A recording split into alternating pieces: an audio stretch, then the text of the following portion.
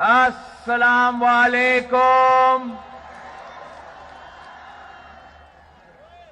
ساتھیوں، کئی دہائیوں بعد آج کراچی کے اس جلسے میں راشد ربانی صاحب موجود نہیں ہیں. سارے پاکستان پیپلز پارٹی کے کارکن، سارے جمہوری کارکن راشد ربانی صاحب کو سرخ سلام پیش کرتے ہیں. آپ جانتے ہیں کہ آج کا دن پاکستان کے لیے تاریخی دن ہے. آج ہمارے دلوں کے پرچم سانحۂ کارساز کے شہیدوں کی یاد میں جھکے ہوئے ہیں، جنہوں نے اپنے خون سے قربانی، شجاعت اور جمہوری جدوجہد کا ایک نیا باب لکھا تھا. آفرین ہے شہید محترمہ بے نظیر بھٹو پر، جس نے 13 سال پہلے اس دن وہ حوصلہ دکھایا جس کی دنیا میں کوئی مثال نہیں ملتی. شہید محترمہ بے نظیر بھٹو اور کاساز کے شہیدوں کی یاد ہمیں نئی جذبہ دیتی ہے اور امید اور کامیابی کی نوید دیتی ہے. شہید محترمہ بے نظیر بھٹو کا شہادت کا غم، شہداء کا غم زندگی بھر ہمارے ساتھ چلے گا اور پاکستان کی تاریخ میں سرخ الفاظ میں تحریر کیا جائے گا.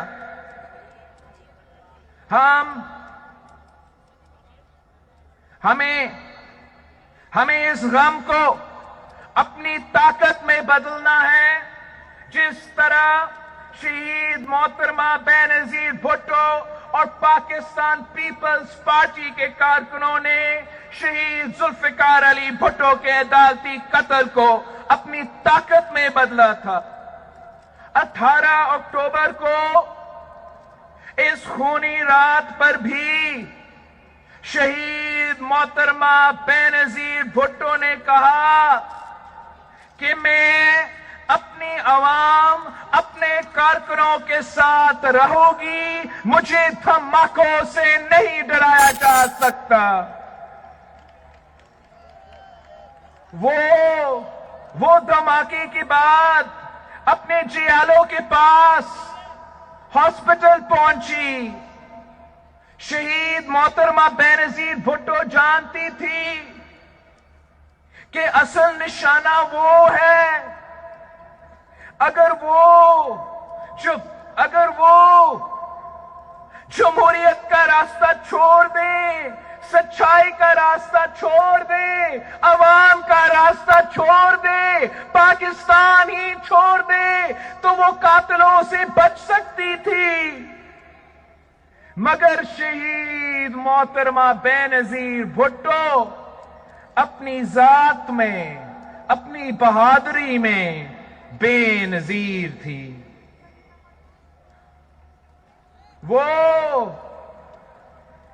وہ کبھی بھی ڈری نہیں، کبھی اپنے عوام کا ساتھ نہیں چھوڑا. کارساز کے شہداء پوری دنیا میں انسانی حقوق، جمہوری آزادی اور ناانصافی کے خلاف جنگ کی علامت ہے. کارساز کا وہ کاروان جمہوریت کا سفر جاری ہے. شہید ذوالفقار علی بھٹو اور شہید محترمہ بے نظیر بھٹو اور پاکستان پیپلز پارٹی نے جمہوریت کا دفاع کے لیے، ملک کی بقا کے لیے اپنا خون دیا ہے. ہم پر شہدائے جمہوریت کا قرض ہے اور وہ قرض ہم نے ادا کرنا ہے. پاکستان کی تمام جمہوری طاقتوں نے یہ سفر جاری رکھنا ہے. انقلاب کی چاپ سنائی دے رہی ہے. جس صبح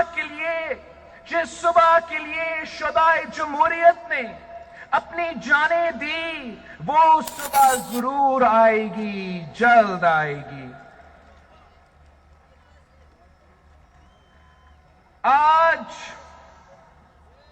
آج ہم تاریخ کے ایک بہت اہم موڑ پہ کھڑے ہیں.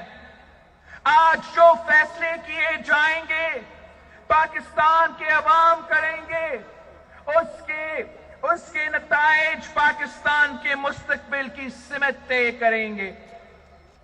ہم نے اس ملک میں عوام کی حکمرانی، آئین کی بالادستی اور حقیقی جمہوریت کے قیام کی جنگ لڑنی ہے.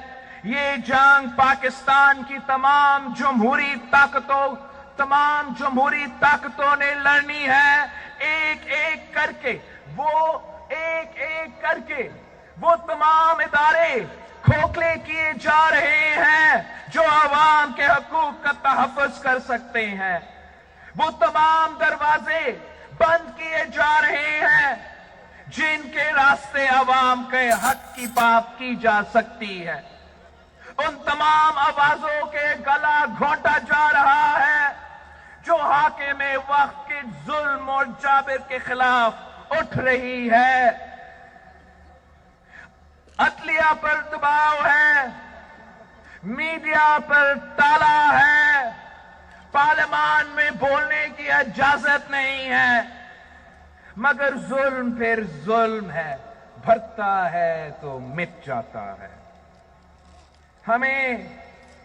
ہمیں آج جمہوریت کے فلسفے پر بات کرنی ہے. جمہوریت کو سمجھنا ہے. یہ اقتدار کی لڑائی نہیں ہے.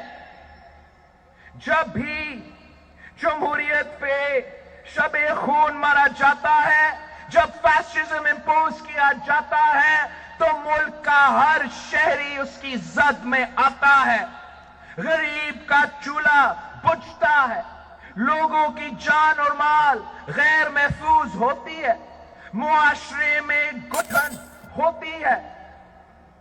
بات کرنے کی آزادی، سانس لینے کی آزادی، عزت سے زندگی گزارنے کی آزادی، غربت سے آزادی، ان سب آزادیوں کا ضامن جمہوری نظام ہے. ہمارے پاس یہ نظام 1973 کے آئین کی صورت میں موجود ہے. آئین ریاست اور عوام کے درمیان ایک معاہدہ ہے جس کے تحت حکومت پر فرض ہے کہ وہ عوام کو بنیادی حقوق دو. اس حکومت نے یہ وعدہ توڑ دیا ہے. عوام کی ذمہ داریاں عوام کی برداشت سے زیادہ ہے اور حکمران اپنا کوئی بھی فرض پورے کرنے سے منکر ہے. جمہوریت کی جنگ، عوام کی جنگ، جمہوریت کی جنگ عوام کی جنگ ہے. جب جمہوریت نہ ہو تو فیصلے عوام کی منشا سے نہیں، چند لوگوں کے لیے کیے جاتا ہے.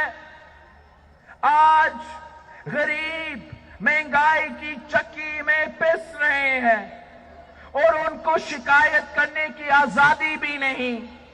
آج ہائی ویز پہ ہماری بچیوں اور ہمارے بہنوں کی عزتیں لوٹی جا رہی ہیں اور بجائے مسلمان کو پکڑنا اور ہماری بہنوں کو محفوظ کرنے کو حکومت کی ترجیح صرف اپنے من پسند افسران کو بچانا ہے.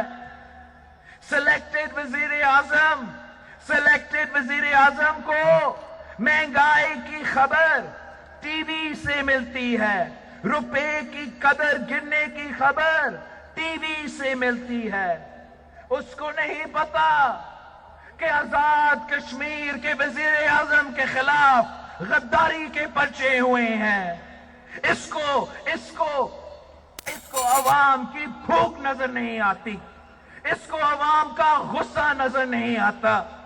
اس دور میں اس دور میں عوام نے تاریخی مہنگائی دیکھی ہے، تاریخی بے روزگاری دیکھی ہے، تاریخی غربت دیکھی ہے۔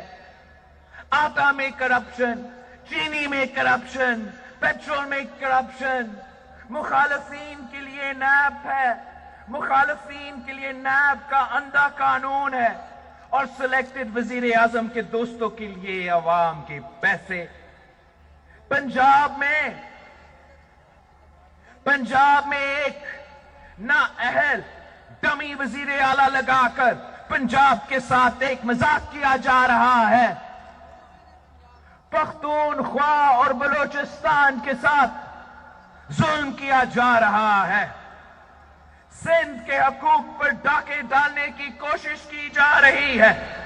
سندھ کے ساتھ سوتیلے سلوک کیا جا رہا ہے۔ سندھ کو اس سال اپنا NFC ایوارڈ کا حصہ نہیں دیا گیا۔ 300 ارب روپیہ سندھ کو نہیں دیا گیا۔ آپ ذرا سوچیں، اسی شہر کراچی میں ہم کتنے نوجوانوں کو 300 ارب روپے کے ساتھ روزگار فراہم کر سکتے تھے۔ سندھ کا کیپٹل کراچی کو الگ کرنے کی سازش پک رہا ہے۔ جہاں سے گیس نکلتی ہے ان کو گیس نہیں دیا جاتا۔ کہ الیکٹرک ہمارے کراچی کے عوام کا خون چوس رہا ہے، اور عمران خان اپنا دوست کو بچانے کے لیے کراچی کو عوام کو اندھیرا میں دھکیل جاتا ہے۔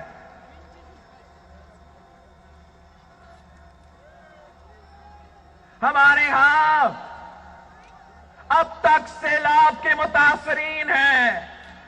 ہم نے تاریخی مانسونز دیکھے تھے، تاریخی بارش دیکھا تھا، تاریخی سیلاب دیکھا تھا۔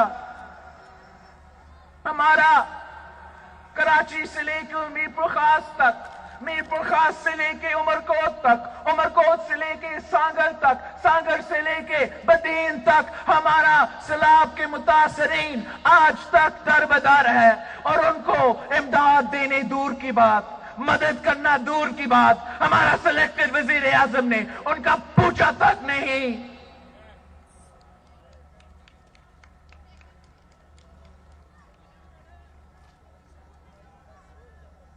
ان کا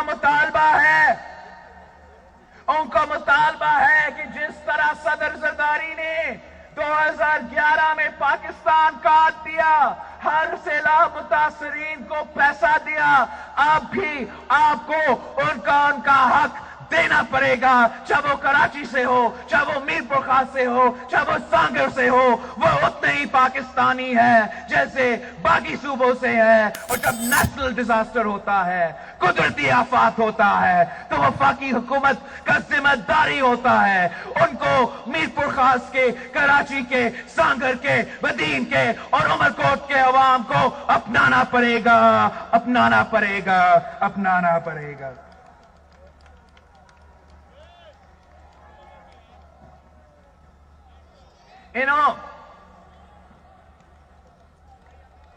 عمران نے صرف کراچی کو دھوکہ دیا ہے۔ سنا ہوگا آپ نے 1000 ارب روپیہ کا پیکج، 1000 ارب روپیہ کا پیکج دھوکہ نکلا، یو ٹرن نکلا۔ اس میں آپ کے لیے ایک نیا روپیہ نہیں ہے۔ اس 1000 ارب روپیہ کا پیکج میں آپ کا اپنا 800 ارب روپیہ ہے، جو سندھ کا ADP ہے، جو 3 سال سے چلتے آ رہے ہیں۔ اس میں جو 100 ارب روپیہ وفاقی منصوبے کے ہیں، وہ تو صدر زرداری کا وقت سے اور میاں صاحب کے وقت سے آن گوئنگ منصوبے ہیں۔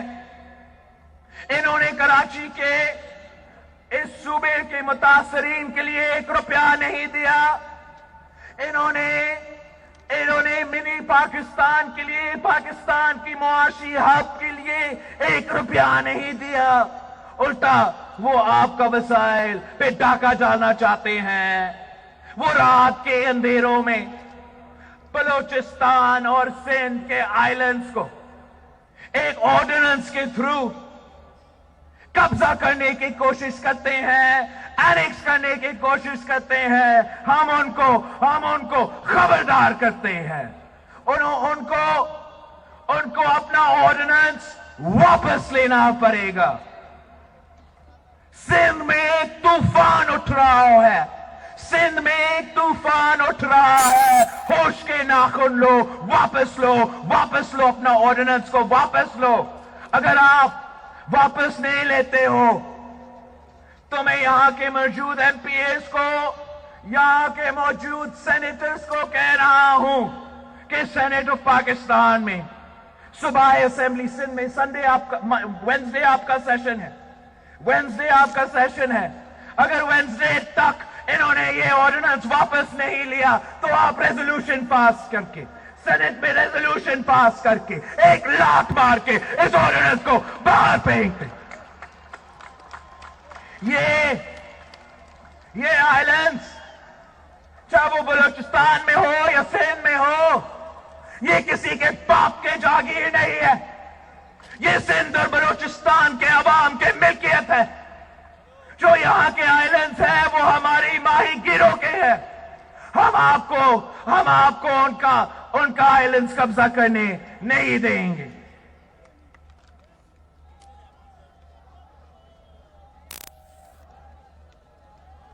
یہ وزیر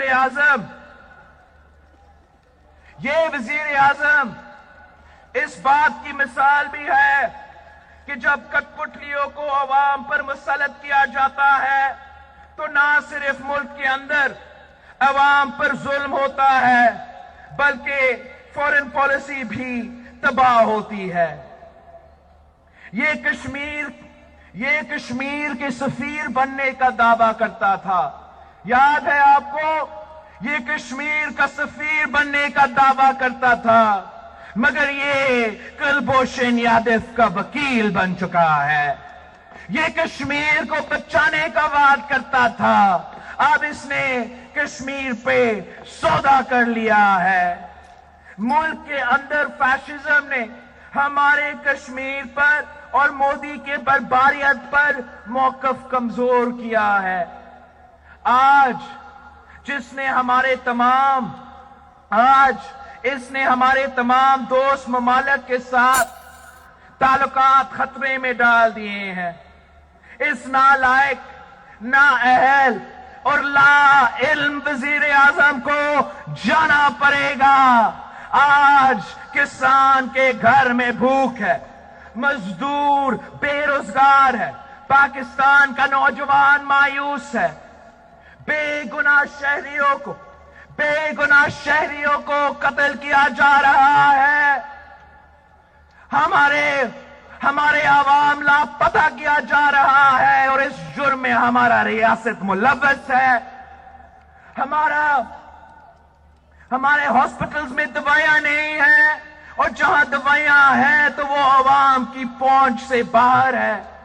تعلیم کا بجٹ کم کیا جا رہا ہے، پاکستان کی معیشت تباہ ہو چکی ہے، اور کٹ پتلی حکمران بے فکر ہے کیونکہ یہ عوام کے ووٹ سے نہیں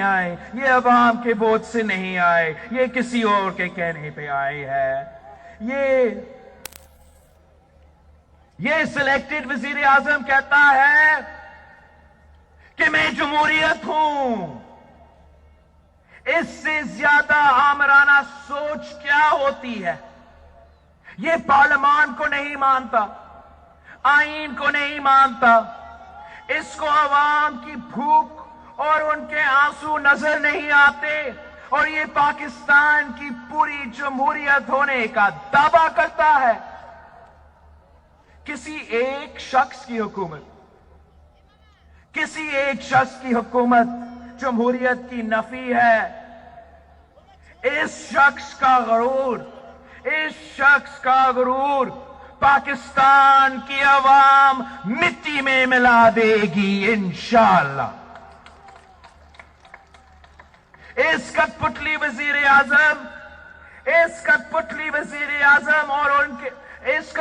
وزیر اعظم اور اس کے سہولت کاروں کو ماضی کے آمروں کا یاد کرنا چاہیے۔ تم سے پہلے جو شخص یہاں تخت نشین تھا اس کو بھی اپنا خدا ہونے پر اتنا ہی یقین تھا۔ تاریخ کا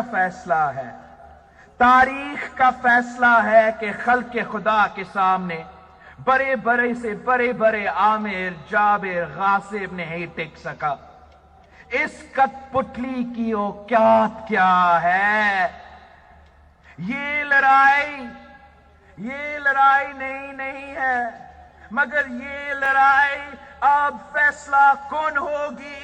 ہماری جمہوریت کے ساتھ یہ کھلواڑ اب بند ہونا پڑے گا۔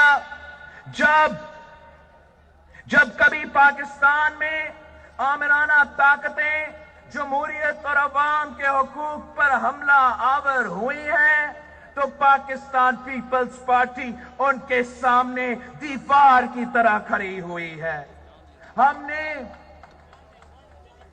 نے ضیاء الحق کا تاریخ توڑ دیکھا ہے، ہم نے مشرف کا جبر دیکھا ہے، ہم نے اس ملک کی جمہوریت کا دفاع اپنے خون سے کیا ہے۔ شہید ذوالفقار علی بھٹو اور شہید محترمہ بینظیر بھٹو نے جانیں دی ہیں، مگر اپنے غریب عوام کے ساتھ کبھی نہیں چھوڑا اور نہ ہی ہم چھوڑیں گے۔ ہماری سیاست صرف عوام کے لیے۔ جب بھی کبھی جمہور کی پاسداری کی بات آئے تو پاکستان پیپلز پارٹی نے سیاسی اختلافات بھلا کر تمام جمہوری قوتیں اور عوامی طاقتیں کے ساتھ مل کر جدوجہد کی مزاحمت کی۔ ضیاء الحق کے جبر کے خلاف شہید محترمہ بینظیر بھٹو MRD کی پرچم تھاما اور عوام کے حق کے لیے، ملک کی بقا کے لیے، جمہوریت کے دفاع کے لیے عوام کے درمیان میں جدوجہد کرتی رہی۔ مشرف کے مارشل لاء میں شہید محترمہ بینظیر بھٹو اور میاں نواز شریف صاحب نے چارٹر آف ڈیموکریسی کی بنیاد رکھی اور ملک میں حقیقی جمہوریت کی بحالی کا وعدہ کیا، اور اس وعدہ کو وفا کرنے کے لیے شہید محترمہ بینظیر بھٹو نے شہادت قبول کی، مگر وہ فتحیاب ہوئی۔ ہم نے نہ صرف مشرف بگورا سرٹیفائیڈ غدار قاتل کو ہروایا، مگر ہم نے 18ویں ترمیم کے تھرو 1973 کا آئین بھی بحال کیا۔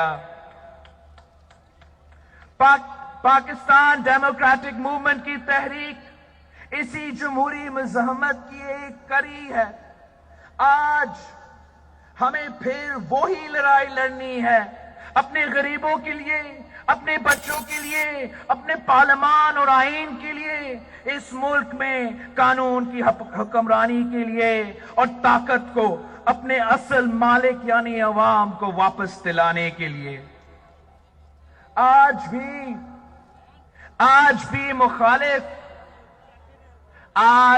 مخالف وہی طاقتیں ہیں جو غریب کا چولہا بند کرنا چاہتی ہے، جو حق کا آواز بلند کرنے والوں کو جیل میں ڈالنا چاہتے ہیں، جو عوام کے ووٹوں سے الیکٹ ہو کر نہیں بلکہ غیر جمہوری طریقے سے سلیکٹ ہو کر آتے ہیں۔ آج پھر پاکستان کے کانسٹیٹیوشن اور قانون کی حکمرانی پر حملے ہو رہے ہیں۔ آج پھر ہمیں اکٹھا ہو کر ان کا مقابلہ کرنا ہے اور ان کو ایک بار پھر شکست دینی ہے۔ یہ لڑائی ہم سب کو لڑنی ہے، ہر جگہ لڑنا ہے، پارلیمان میں لڑنا ہے، سڑکوں میں لڑنا ہے، جیلوں میں بھی لڑنا ہے۔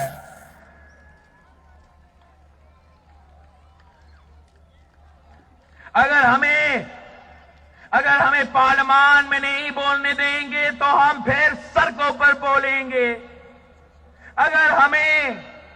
اگر ہمیں جیلوں میں ڈالا جائے گا تو پھر ہماری حق کی صدا جیلوں کی دیواریں ہلا دیں گی۔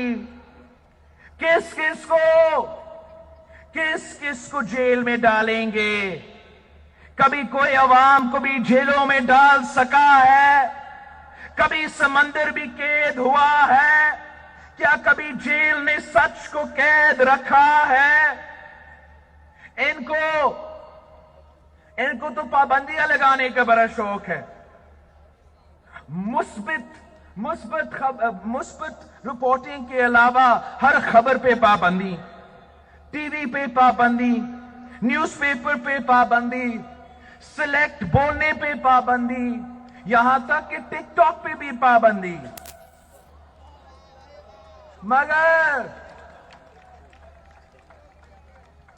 مگر عوام کے سوچنے پر کیسے پابندی لگاؤ گے؟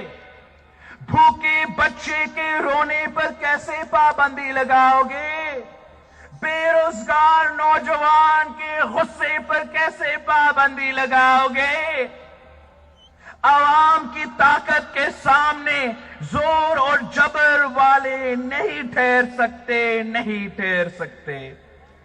اس کٹ پتلی وزیر اعظم کی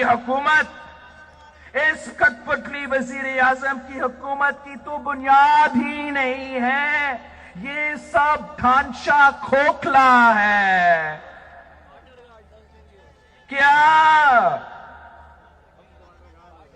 کیا یہ سمجھتے ہیں کہ ہم ان کی دھمکیوں سے ڈر جائیں گے؟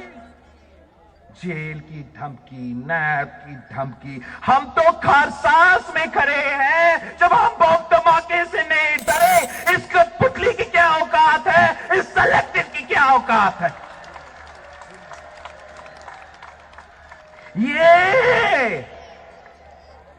یہ تو شہید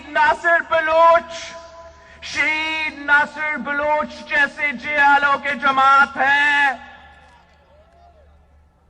شہید ناصر بلوچ جب ضیاء الحق کا پھانسی گھاٹ کا سامنا کیا تو اس نے اعتراض کیا کہ ساتھیوں،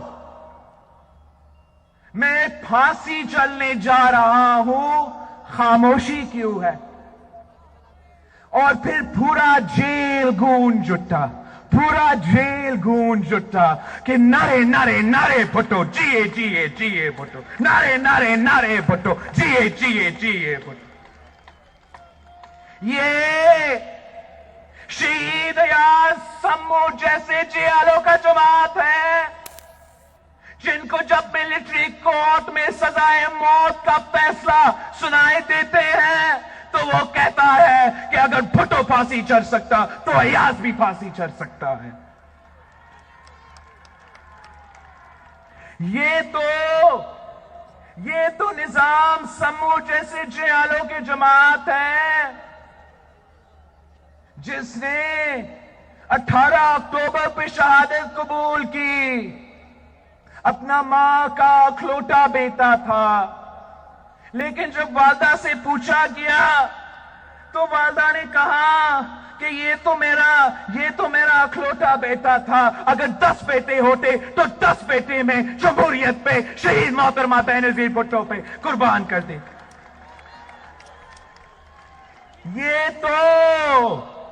یہ تو شہید رخسانہ فیصل جیسے بہادر جیالیوں کا جماعت ہے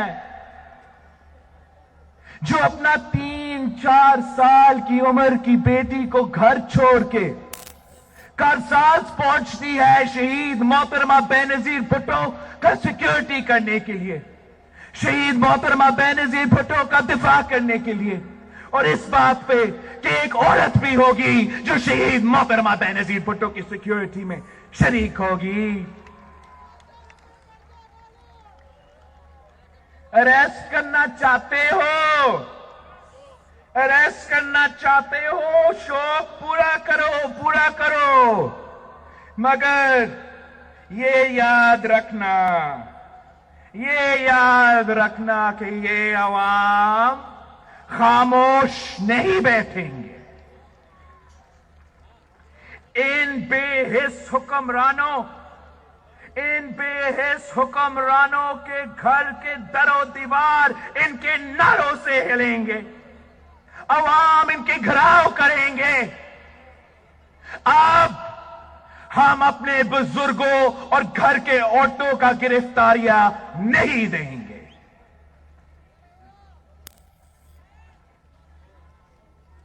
یہ جنگ صرف پاکستان ڈیموکریٹک موومنٹ کی سیاسی جماعتوں کی نہیں ہے.